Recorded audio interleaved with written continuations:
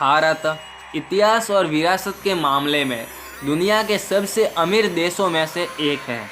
भारत के इतिहास में कई महान शासकों ने हमारे देश में जन्म लिया है। अलग अलग सदियों में एक से बढ़कर एक राजाओं ने भारत पर राज किया है, इसीलिए इसे महान शासकों का देश भी कहा जाता है।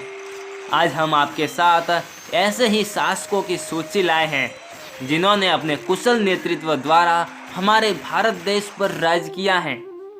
सूची में उन लोगों को रखा गया है जिन्होंने भारत के किसी भी प्रांत पर शासन किया है।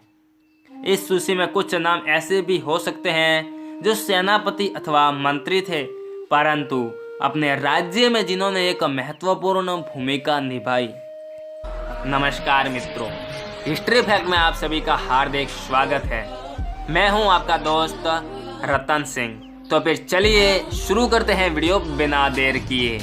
नंबर 1 पर हैं छत्रपति शिवाजी महाराज। छत्रपति शिवाजी महाराज या शिवाजी राजे भोसले भारत के एक महान योद्धा थे। ये मराठा शासन के बहुत ही लोकप्रिय और सफल शासक हुए। छोटी उम्र से ही इनमें देशभक्ति की असीम भावना थी। शिवाजी ने अपनी अनुशासित सेना एवं सुसंगठित प्रशासनिक इकाइयों की सहायता से एक योग्य एवं प्रगतिशील प्रशासन प्रदान किया। भारत के स्वतंत्रता संग्राम में बहुत से लोगों ने शिवाजी के जीवन चरित्र से प्रेरणा लेकर भारत की स्वतंत्रता के लिए अपना तन मन धन न्योछावर कर दिया था। नंबर 2 पर हैं सम्राट अशोक। विश्व प्रसिद्ध चक्रवर्ती सम्राट अशोक एक शक्तिशाली भारतीय मौर्य राजवंश के महान सम्राट थे। इनकी राजधानी पाटलिपुत्र थी। इनका पूरा नाम देवानामपेर्य अशोक मौर्य था। इनका विशाल साम्राज्य उस समय से लेकर आज तक का सबसे बड़ा भारतीय साम्राज्य रहा है।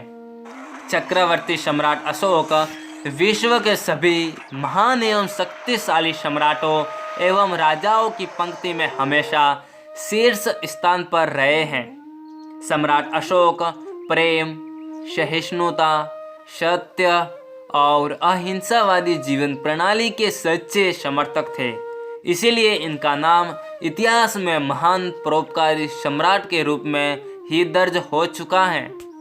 नंबर 3 पर हैं पृथ्वीराज चौहान। पृथ्वीराज चौहान चौहान वंश के राजपूत राजा थे। ये भारतेश्वर, पृथ्वीराज तृतीय, हिंदू सम्राट और राय पिथौरा आदि नामों से भी जाने जाते हैं। इन्होंने 20 साल की उम्र में सिंहासन संभालने के बाद अजमेर और दिल्ली राज्यों से अपना शासन शुरू किया, जिसके बाद इन्होंने राजस्थान और हरियाणा आदि कई राज्यों पर शासन किया। भारत के अंतिम हिंदू राजा के रूप में भी जाने जाते हैं पृथ्वीराज चौहान। नंबर 4 पर हैं महाराणा प्रताप। महाराणा प्रताप सिंह उदयपुर मेवाड़ में सिसोदिया राजवंश के राजा थे। मुगल काल में जब राजपूताना के अन्य शासकों ने मुगलों से संधि कर ली थी, तब मेवाड़ की भूमि पर महाराणा प्रताप नाम के शौर्य का उदय हुआ। इन्होंने कई सालों तक मुगल सम्राट अकबर के साथ संघर्ष किया और कई बार इन्होंने मुगलों को युद्ध में भी हराया। इन्होंने अपना सारा जीवन राष्ट्र, कुल और धर्म की रक्षा के लिए समर्पित कर दिया था। इसीलिए इतिहास में इनका नाम आज भी वीरता और दृढ़ प्रतिज्ञा के लिए अमर है। नंबर 5 पर है चंद्रगुप्त मौर्य। चंद्रगुप्त मौर्य भारत के मौर्य वंश के सम्राट थे। इन्होंने ही मौर्य साम्राज्य की स्थापना की थी। चंद्रगुप्त ने अपने गुरु चाणक्य के साथ हर ओर अपना साम्राज्य बनाया। मेगास्थनीज ने 4 साल तक चंद्रगुप्त की सभा में एक यूनानी राजदूत के रूप में सेवाएं दी थी। इन्होंने राज्य चक्र के सिद्धांतों को लागू कर एक बड़ी सेना का निर्माण किया और अपने साम्राज्य की सीमाओं का विस्तार करना जारी रखा। चंद्रगुप्त मौर्य प्राचीन भारत के इतिहास में एक महत्वपूर्ण राजा हैं। इन्होंने लगभग 24 वर्ष तक भारत पर शासन किया था। नंबर 6 पर है कनिष्क।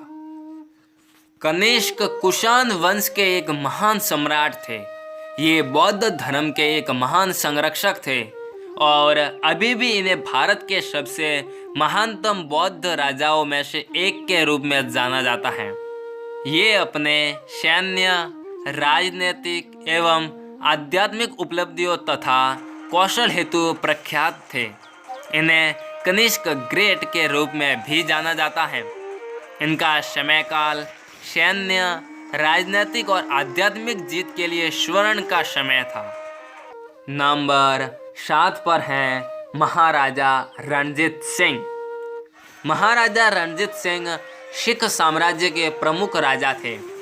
इन्हें शेर पंजाब के नाम से भी जाना जाता है। सिख शासन की शुरुआत करने वाले महाराजा रणजीत सिंह ने 19वीं सदी में अपना शासन शुरू किया। इन्होंने लाहौर को अपनी राजधानी बनाया और सन 1802 में अमृतसर की ओर रुख किया। ये नरम दिल वाले राजा भी थे, इसलिए इन्हें पंजाब के महाराजा के नाम से भी जाना जाता था। इनका शासन पूरे पंजाब प्रांत में फैला हुआ था। इन्होंने खालसा नामक एक संगठन का नेतृत्व भी किया था। नंबर 8 पर हैं समुद्रगुप्त। समुद्रगुप्त गुप्त वंश के उत्तराधिकारी और अपने समय के महान राजा थे। ये एक उदार शासक, वीर योद्धा और कला के संरक्षक थे।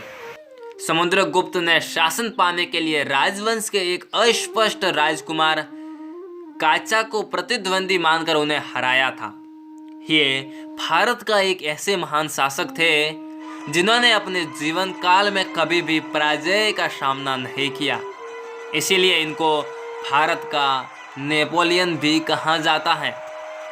नंबर 9 पर है अकबर। अकबर का पूरा नाम अब उल फतह जलालुद्दीन मोहम्मद अकबर था। इनको अकबर आजम और शहंशाह अकबर के नाम से भी जाना जाता है। ये मुगल वंश के तीसरे शासक थे।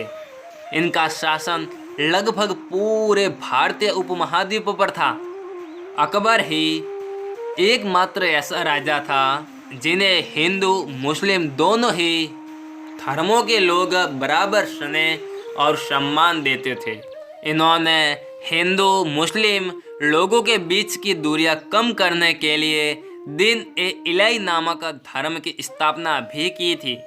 इनका साम्राज्य उस समय के सर्वाधिक शक्तिशाली साम्राज्यों में से एक था। नंबर 10 पर है सम्राट कृष्णदेवराय। कृष्णदेवराय विजयनगर साम्राज्य के सर्वाधिक कीर्तिवान राजा थे। ये स्वयं कवि और कवियों के संरक्षक थे। तेलुगु भाषा में उनका काव्य उमुक्ता माल्यद साहित्य का एक रत्न है। इनकी भारत के प्राचीन इतिहास पर आधारित पुस्तक वंशचरितावली तेलुगु के साथ साथ संस्कृत में भी मिलती है। संभवतः तेलुगु का अनुवाद ही संस्कृत में हुआ है। प्रख्यात इतिहासकार तेजपाल सिंह धामा ने हिंदी में इनके जीवन पर प्रामाणिक उपन्यास आंध्र भोज लिखा है।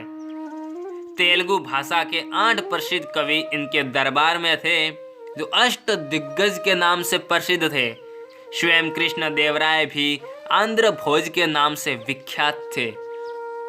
बस आज के लिए इतना ही और मिलते हैं अगले एपिसोड में।